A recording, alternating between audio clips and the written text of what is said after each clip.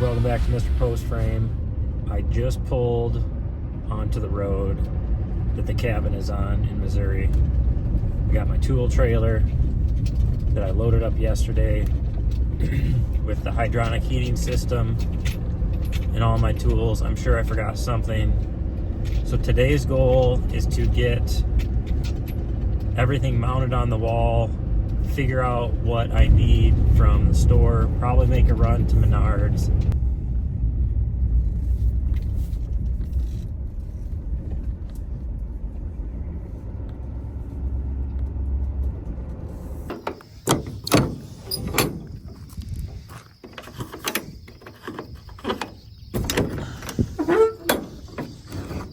How did it all ride? Not too bad. All right, first things first, let's get some AC turned on. At least work here in comfort, right? Cool. Let's do like 72.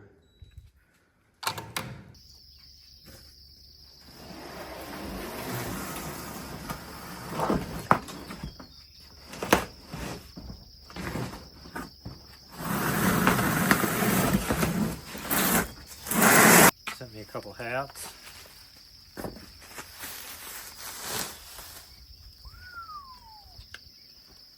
Sweatshirts, Carhartt. Yeah. Try this baby on. It's gonna be like 100 today.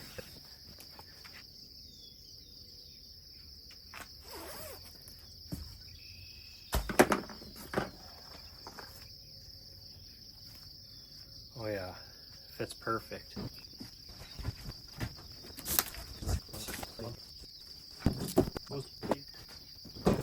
All right guys, it's gonna be a little dark in here, but been here for about 10 minutes and I fired these things up and it's already nice and cool in here. So this is awesome. But I got this plywood set up, so I'm gonna get the panel and all this stuff out on this piece of plywood and kind of get everything organized, and we'll go from there. Here is how this particular system is going to be laid out. So the boiler is gonna be on top and then this panel is gonna be on bottom. So basically this is 36 inches, this is 36 inches, and then that's gonna be about a foot in between. So I'm roughly about 7 feet, plus I have to have room for my vents to angle out. So what I gotta do now is I figured out, with my manifold being right here, I'm gonna put this whole system on this wall right here, and then I can just 90 those over and take them out the wall right there. All right guys, so this is everything that came in the package. So I have the prefabbed panel. So it's got my circulator, it's got all of the valves, air separator, it's got the expansion tank, it's got all of the documents that you need to install it. And then we have all of the connections for the potable water, from panel to the NTI boiler. Got the manifolds, quick connects.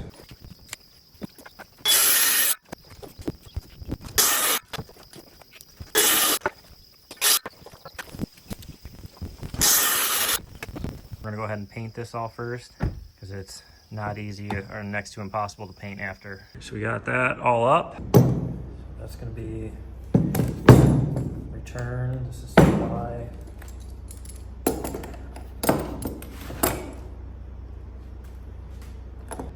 All right guys, so this is the cold return manifold. This is the supply manifold. And so we got shutoffs for each one.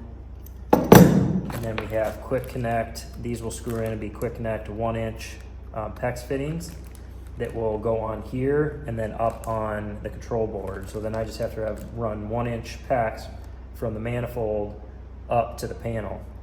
So the first thing is to get these mounted in these brackets so I can mount them to the wall.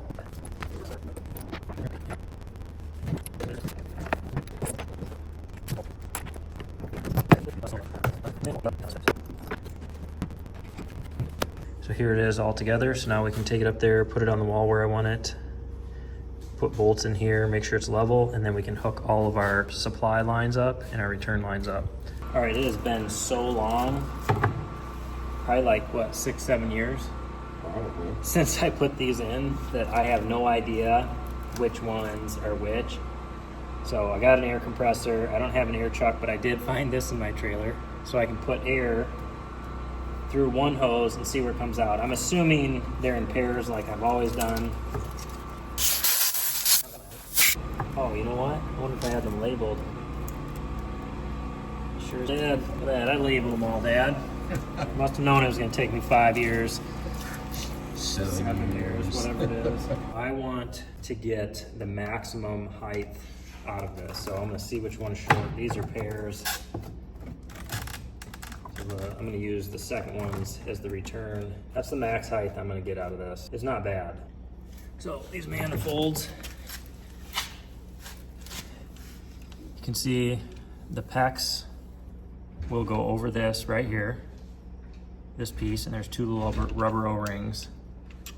On the outside of the pecs, you'll have this compression ring, and then you have the compression nut. So it should seal on the inside, and then this will tighten the pecs down over those O-rings.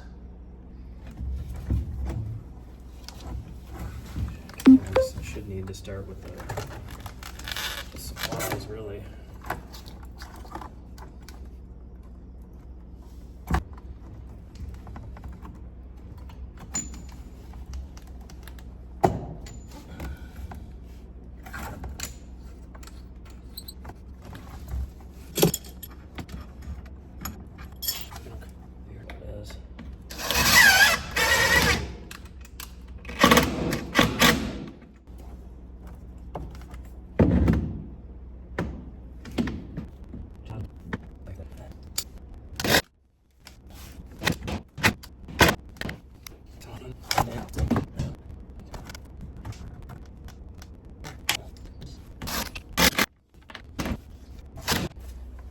All right, guys, so I leveled this that way and that way. We're looking pretty good.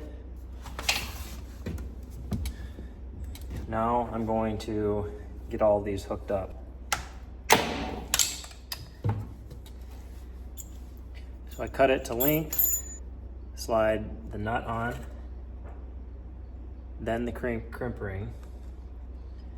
And then I'm gonna get this to go on there square up over those O-rings and push it all the way up. Stops. And then you only need to go snug on these. That's all I'm doing, is just snug. Gotta make sure you get these on there square, or you will damage them.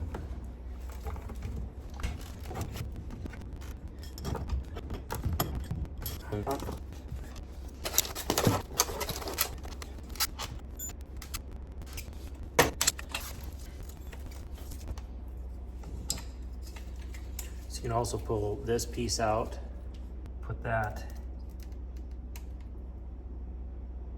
in the packs.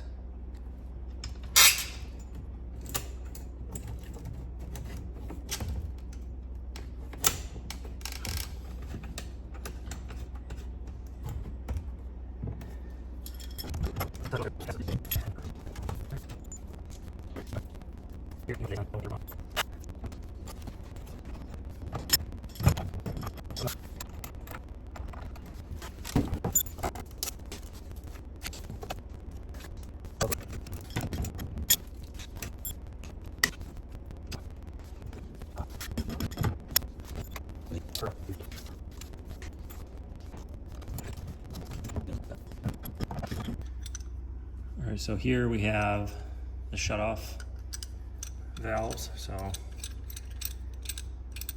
this manifold comes with a really nice set of instructions. Take that off, thread that into the end of the manifold until it's snug with your hand. It's got no ring, and then take a pair of channel locks,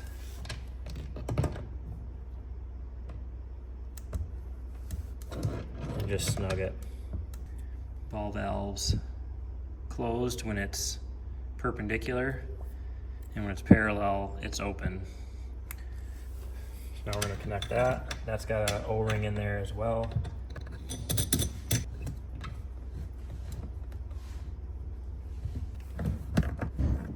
And do the same with the return manifold.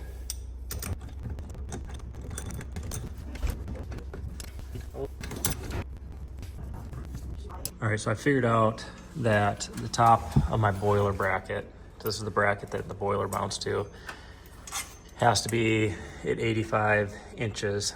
So that's 16 inches center to center, so that'll work perfect for the studs because I have a stud there and there, so we'll get this screwed in. Figured that out by measuring my boiler and my panel and what connects them. So that should give me room, 4 to 6 inches off the floor there.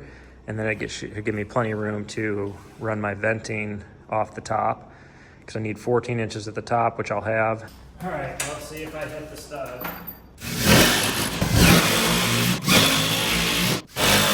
So then the boiler will hang right on that, and then the pre-plumbed panel will be over here. This hooks right on there, so we'll lift that up and hook it on there.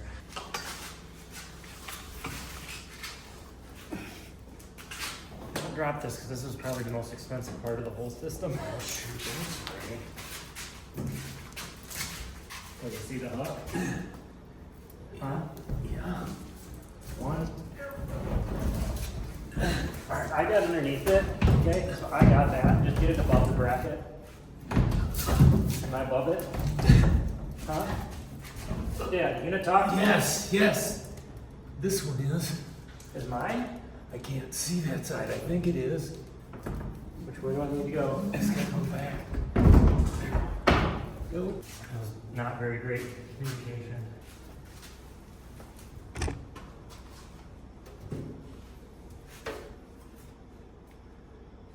Hold it by right here. Just go up to this one.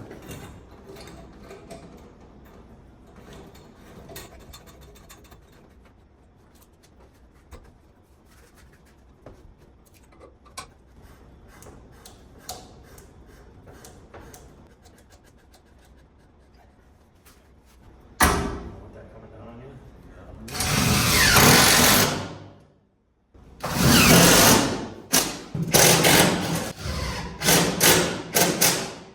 All right, so that was fairly easy. Got those two. I screwed these two connecting pipes onto the boiler. Lifted one side of the panel up, screwed it in, and kind of shifted it over where it looked like it was centered. Hooked that one up, and then we leveled it and screwed it to the wall. I'm gonna tighten those connections up, and then we'll go to the next step. All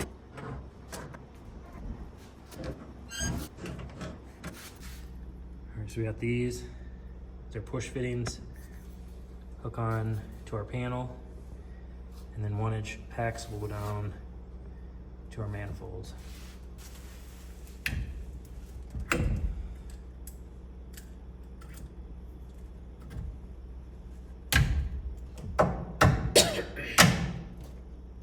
Yeah, amazing.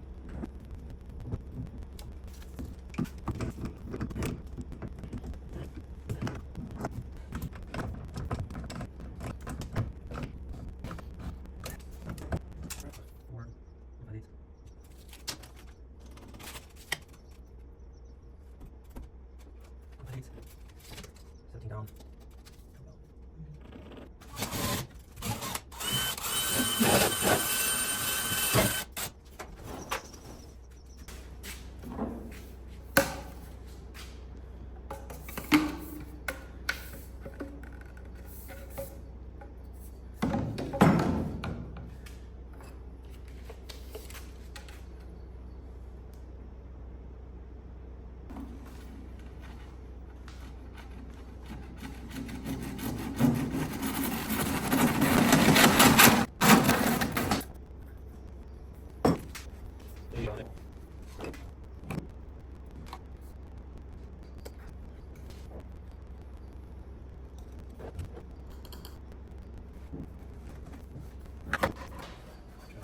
get any.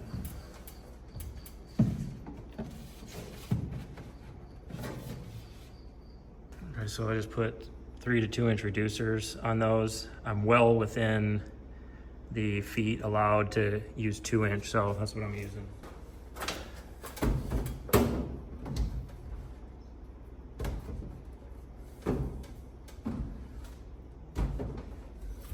All right, so I'm just holding this piece up here, marking it where I need to cut.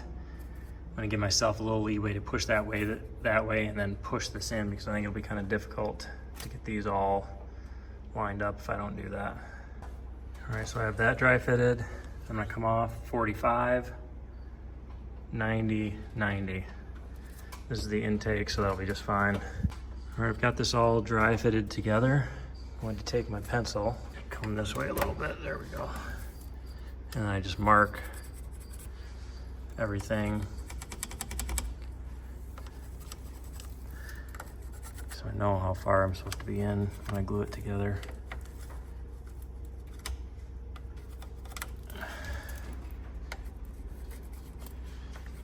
In case I'm not seated all the way right now.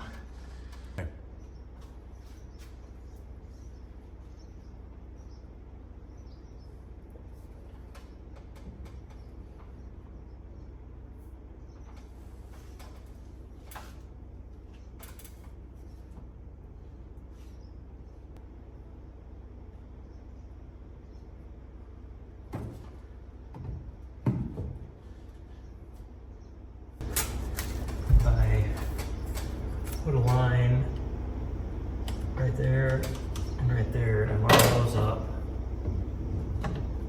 Then I should be able to get those up.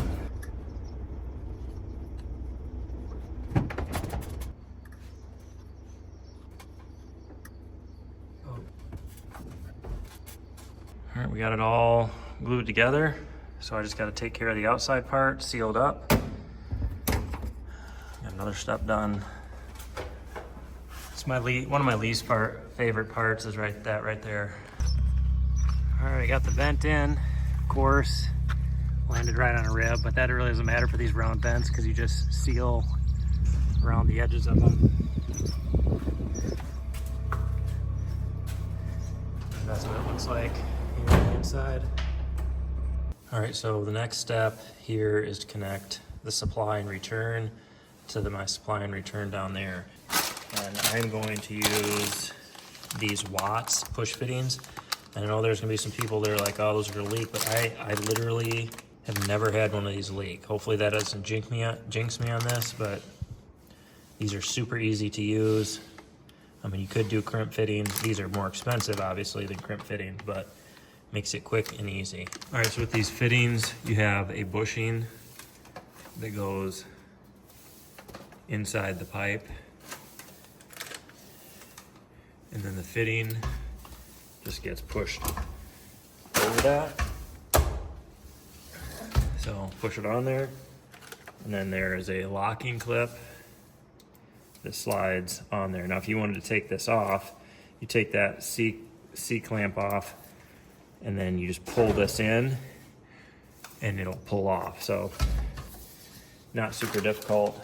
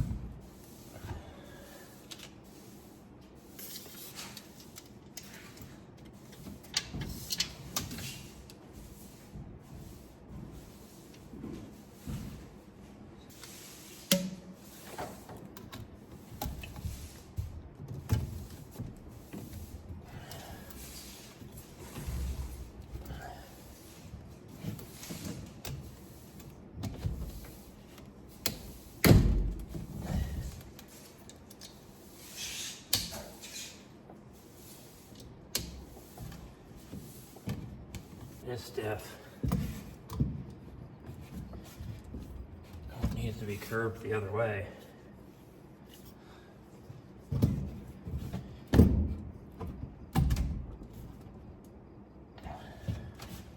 I just need clamps, you know what I mean?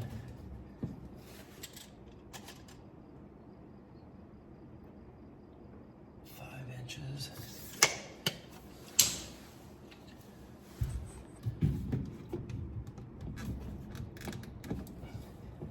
I don't feel like that one in.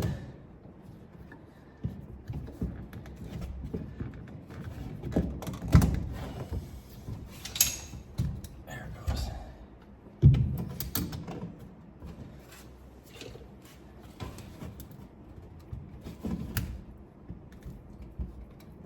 Oh, man.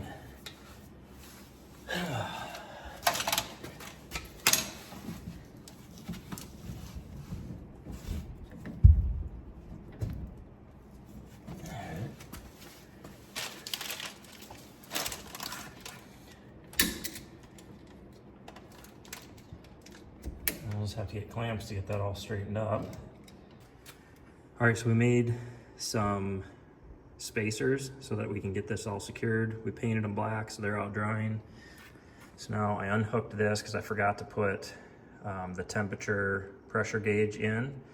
So hopefully I can get that in there. So whenever you make a connection, they recommend Teflon tape and pipe dope, both is what Blue Ridge's recommendation is. That's what I've always done. So I'm gonna get that wrapped and then we're gonna hook all this up right here.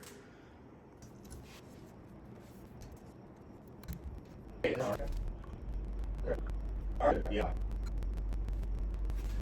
So here is the T for the pressure gauge. Will go in here, and then that hose, this flexible piece right here, will hook on to my threaded piece right there. Hopefully.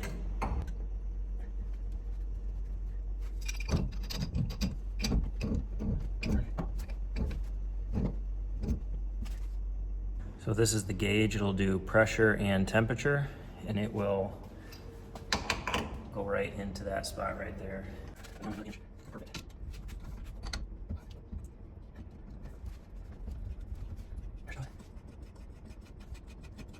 Got a rubber O-ring in there, so I just want to snug it.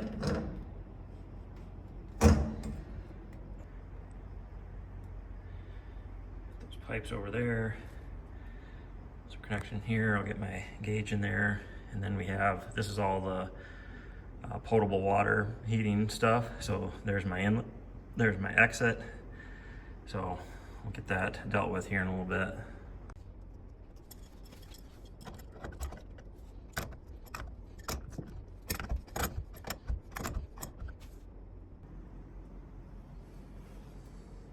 Forgot to hit record, put a little block in behind here, so now I'll have a place to clamp that. I suppose I could just get that clamped.